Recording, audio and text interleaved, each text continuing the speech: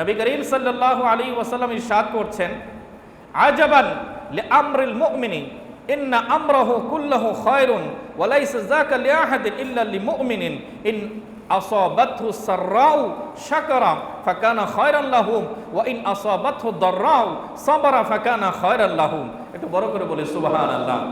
নবী করিম সাল্লাল্লাহু আলাইহি ওয়াসাল্লাম বলছেন, মুমিনের জীবনের সময়গুলো বড় বিস্ময়কর, ওয়ান্ডারফুল, অনেক অবাক করা বিষয়। মুমিন বান্দার প্রতিটি ক্ষণ আল্লাহ সুবহানাহু ওয়া তাআলার দরবারে এত বেশি মূল্যায়িত হয়, এত বেশি দামি হয় যে সেটা পরম বিস্ময়ের কারণ হয়ে যায়।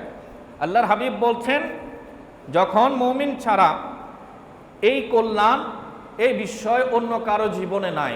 অর্থাৎ যারা বিধর্মী, যারা কুফরিতে আছে, তাদের জীবন আর মুমিনের জীবনের মধ্যে পার্থক্য আছে। বিধর্মীদের জীবন আর মুমিনের জীবনের মধ্যে কি আছে? পার্থক্য আছে।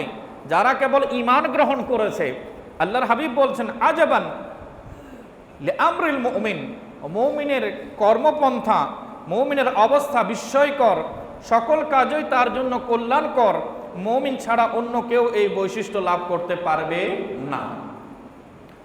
আল্লাহর হাবিব বলছেন, তারা সুখ শান্তি লাভ করলে শুকরগুজার হবে।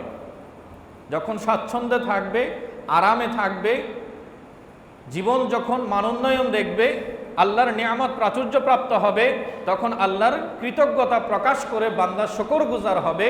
আল্লাহর দরবারে মাথা অবনত করে শুকরের সাজদায় অবনত হবে, আল্লাহ সুবহানাহু ওয়া তাআলার কৃতজ্ঞতা প্রকাশ করবে। একটু বড় করে বলে সুবহানাল্লাহ।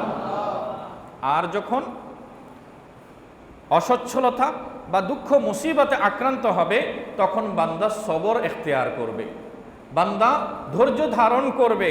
আমার প্যারা রসুল বলছেন, প্রত্যেকটাতেই ফাকানা খায়রাল লাহুম, সে স্বাচ্ছন্দ্যের সময়ে শুকরগুজার হওয়া আর অস্বস্তির সময়, অশান্তি সময়, তার জীবনের নানান প্রতিকূলতার সময়ে যখন সে আল্লাহর উপরে সবর করবে, ধৈর্য ধারণ করবে, ওই সময়টাও ওই বান্দার জন্য কল্যাণকর হয়ে যাবে।